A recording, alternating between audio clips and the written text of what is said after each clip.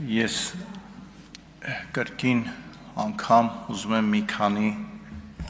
ճշմարտություններ ասել, որոնք դառն են։ Ես այս ճշմարտությունները պարտավոր եմ ասել, որովհետև այն վիճակում, այն հոգեբանական, բարոյահոգեբանական վիճակում, որ գտնվում է հայ ժողովուրդը, հատկապես 44-օրյա պատերազմից հետո եւ այն հետևությունները, որոնք այդպես էլ քաղաքական ուժերի մեծամասնությունը չարեցին, ստեղծել է մի տարօրինակ իրավիճակ եւ ես հիմա ուզում եմ մի քանի բան ասել հայ ժողովրդին։ Իհարկե գիտակցում եմ, որ որոշ բլոգերներ կամ չգիտեմ ինչ են իրենց անվանում կամ քաղաքական գործիչներ կրկին ինձ թիրախավորելու են, բայց ես ուզում եմ ասել, որ կոչ անել, դադարեցնել հետևյալ խոսակցությունը եւ հետևյալ թեզերի տարածումը, թե ինչ որ մեկը վերցրեց ու Արցախը հանձնեց։ Ես ուզում եմ այդ նախադասությունը, երբ ասում եք, երբ ուզում եք, որ ձեզ հավատան, մի փոքր երկար մտածեք, ինչ եք ասում։ Ես ուզում եմ, որ այս մասին մտածի նաև մեր ամբողջ ժողովուրդը։ Այսինքն Արցախը տորթի կտոր էր եւ ինչ որ մեկը վերցրեց եւ տվեց, ո՞նց վերցրեց տվեց։ Բայց եթե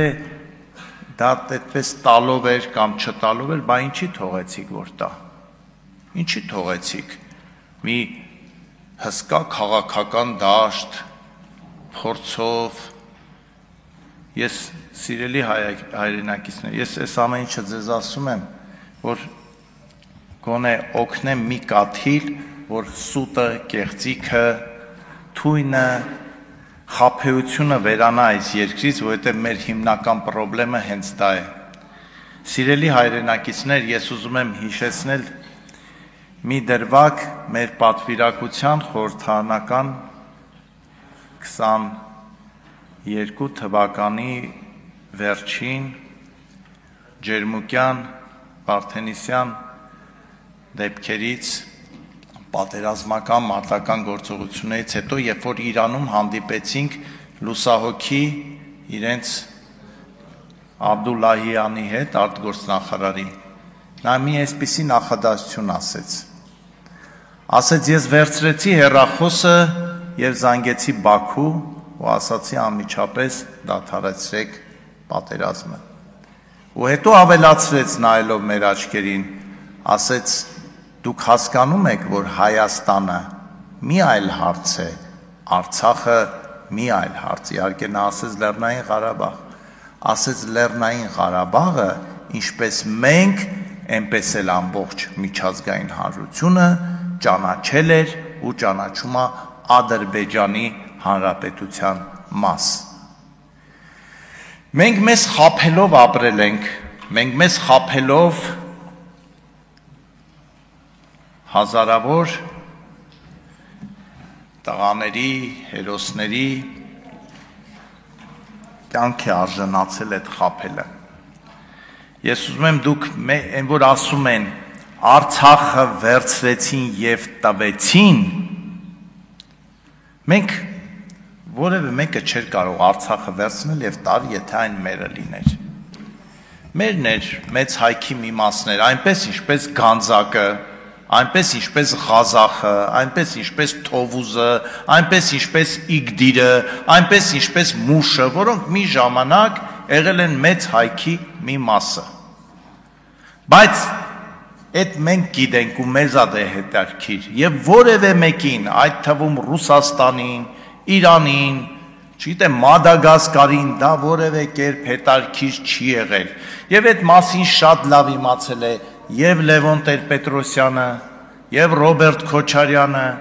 եւ Սերժ Սարգսյանը, եւ Նիկոլ Փաշինյանը։ Իմացել են, բայց գիտեք ինչ,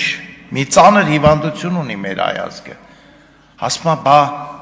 ամոթ չի ճիշտ ասել։ Ամոթ չի գանք տուն եւ մեր սիրելի կնոջը երեխաներին ասել,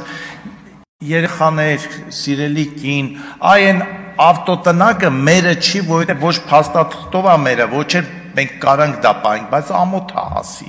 Եվ ընկնում է ինչպես ամեն մի հայ, այդպես էլ մեր ցանկացած ղեկավար։ Լևոն Տեր-Պետրոսյանը գիտեր Արմեն Շեկոյանի ասած, բայց մեզ չէր ասում։ Նույնը բոլորը։ Մենք մի խնդիր ենք ունեցել, սիրելի հայրենակիցներ, 94 թվականի զինադադարից հետո այնպես անել, որ արցախցիները մնան ու ապրեն, պահպանելով իրենց հայկական ինքնությունը։ Բայց հետո մենք սկսեցինք տարբեր պատճառներով տարբեր խաղեր խաղալ, համարեցինք, որ գիտեք, մի վտանգավոր արտահայտություններ կա, որ գցում են ժողովրդի մեջ ու գնում է այսպես չհասկանալով էլ ինչ ենք ասում։ Ասում է մեկը ասել է արյունով տրված հողը միայն այրամբ են տալիս։ Այսինքն, լավ, այս 3 միլիոն ժողովուրդը մի օր չասեց, այս ինչ եք ասում։ Այսինքն ո՞նց էլի, այսինքն դե տալու ենք, բայց թող մի 4000 երեխա էլ զոհվի, տղա էլ զոհվի, քաջ էլ զոհվի, բայց մենք այդ կամքը չունենանք, որ ասենք սիրելի հայրենակիցներ 21 թվին շատ վատ էր, բայց 21 թվին այդ հարցը աշխարհը լուծեց։ Մենք թույլ գտնվեցինք, Ադրբեջանը ուժեղ գա, եկեք մտածենք այդ մասին, որ հետո այդ սխալները թույլ չտանք։ Ի վերջո հայ բոլշևիկները 21 թվականին 1921 թվականին մտածում էին համաշխարհային հեղափոխության հաղթանակի մասին, իսկ ադրբեջանցի այն ժամանակ թաթար բոլշևիկները մտածում էին Ադրբեջանի մասին։ Եկեք այս մասին մտածենք, որովհետև հիմա մենք նորից մտածում ենք, չգիտեմ, համաշխարհային այսինչի հաղթանակի մասին, մեր հարևանները մտածում են իրենց հաղթանակի մասին։ Եկեք այդ մասին էլ մտածենք։ Ու այս խոսակցությանը վերջ տանք, ես ինչը հանձնեց, այն ինչը չհանձնեց։ Եթե Սերժ Սարգսյանը 0.5% կամ 10% անգամ իմանար, որ վերահաս պատերազմում մենք գոնե ինչ-որ մի հաջողություն ենք ունենալու, ինքը 18 թվականին չէր ճողոպրի իշխանությունից։ Ես ուզում եմ, որ հայ ժողովուրդը իմանա ու քաջ իմանա, որովհետև իրենք իմացել են, որ պատերազմը անխուսափելի է, որովհետև իրենց ամեն տեղից ասել են, որ պատերազմը անխուսափելի է, իսկ իրենք կանխելու փոխարեն փախան, մի հատ ծուղակել անփորձ նոր իշխանության առաջ դրեցին, վստահ լինելով, որ իրենք էլ են հայ եւ ընկնելու են այդ ծուղակը, անդադար ասելով, սրանք եկել են, որ Արցախը տան, սրանք եկել են տալու, դες երիտասարդ իշխանություն ասում են, չէ, մենք չենք տա, ու ավելի էին բանանում, ավելի էին մտնում այդ ծուղակի մեջ։ Իհարկե ես չեմ արդարացնում դա, ես գիտեմ իմ ասելու են բանա Նիկոլի փաստաբանն է, էսա, ես հայ ժողովրդի փաստաբանն եմ։ Ես եկել եմ այստեղ, որ մեկ անգամ էլ ժողովրդին ասեմ, ժողովուրդ, թույլ չտաք ձեզ խաբեն, թույլ չտաք։ Արցախի հարցը որոշված է եղել 1922 թվականին։ Հետո որոշված է եղել 1991 թվականին։ 1991 թվականի սեպտեմբերի 21-ին, երբ որ հռչակվեց Հայաստանի Հանրապետությունը, Հայաստանը ճանաչեց Արցախը Ադրբեջանի կազմում։ Ամբողջ բանակցային գործընթացը եղել է մի հարցի շուրջ։ Ոնց հանենք աշխարհին խափենք, որի փր մենք բանակցում ենք Արցախի ինքնորոշման կարգավիճակի այս կամ այն աշճանի վրա, բայց ձգենք էլի, միջև տենանք ով ինչ է ասում։ Այս է եղել իրականությունը, սիրելի հայ ժողովուրդ, եւ ով կգա այստեղից կասի, որ դա այդպես չի եղել, ինքը առաջինը իր խղճի առաջ պատասխան տա կամ կարող է իրոք թյուրիմացության մեջ է, որովհետև իրոք կան падգամավորներ, իրոք որ հավատում են, որ մենք Հայաստանը կարար դեմ դուրս գա Ռուսաստանին, Իրանին, չգիտեմ, Թուրքիային, Ադրբեջանին, Ամերիկային միասին վերցրած։ Էս ենք մենք եղել։ Ու ցավոք սրտի շարունակում ենք էս մնալ։ Երբ որ անկես խոսակցության փոխարեն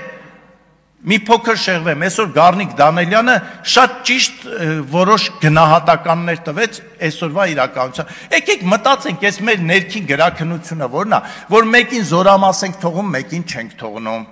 Դա էլ է չէ խոսում, կամ ես հիմա էլ ժամանակը լրանում է, մի կոչ եմ անում եւ վարչապետին եւ եկեղեցուն։ Վարչապետին խնդրում եմ առժամանակ քանի որ իր խոսքը միշտ ընկալվում է որպես պետության, իշխանության խոսք, եկեղեցու վերաբերյալ որևէ հայտարարություն չանի, բայց եկեղեցուն էլ կոչ եմ անում հանուն հայ առաքելական եկեղեցու։ Շատ արագ կողմնորոշվեք, ներքին փակ ժողով արեք, ու եթե մի քիչ կես աշճան սիրում եք հայ առաքելական եկեղեցին, հրապարակային ձեր ժողովներից հետո պատասխանեք հնչող մեղադրանքներին եւ հետեւություն արեք։ Հետեւություն արեք, որովհետեւ շատ ներողություն եմ խնդրում, կես րոպեով ավարտեմ, այս գիշերը պատահաբար այդ էջը բացեցի, որովհետեւ հետո հասկացա, որ այս պիտի ասեմ ես։ Պողոս Առաքյալի թուղթը գաղատացիներին մի հատված կա, ասում է եղբայրներ, դուք կոչված եք ազատության, միայն թե ձեր ազատությունը սոսկ մարմնի ցանկությունների համար չլինի, այլ սիրով ծառայեցեք միմյանց, որովհետև ամբողջ օրենքը այս մեկ խոսքի մեջ է ամփոփվում. պիտի սիրես քո ընկերոջը, ինչպես ինքդ քեզ, իսկ եթե միմյանց խածոտեք եւ հոշոտեք, զգուշ եղեք, գուցե թե միմյանց ոչնչացնեք, եկեք միմյանց չոչնչացնենք։ Շնորհակալություն ձեր ելույթի համար, պարոն Նազարյան, այժմ Հայաստան պատգամավորական խմբակցության անունից ձայնը տրվում է պարոն Օհանյանին, համեցեք։